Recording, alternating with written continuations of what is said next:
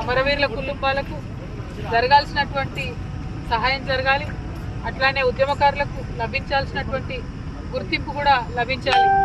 మరి కాంగ్రెస్ ప్రభుత్వం ఏదైతే వాగ్దానం చేసిందో 250 గజాలు ఇస్తామని చెప్పి, పెన్షన్ ఇస్తామని చెప్పి, గుర్తింపు కార్డులు ఇస్తామని చెప్పి ఉద్యమకారులకు చెప్పినరో అవి ఖచ్చితంగా ఇవ్వాలి.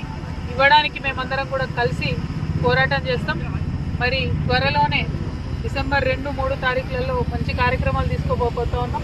రాష్ట్ర వ్యాప్తంగా ఉన్నటువంటి తెలంగాణ ఉద్యమకారులకు ఏదైతే జాగా ఇస్తా అన్నారో త్వరితగతిన గుర్తించాలి.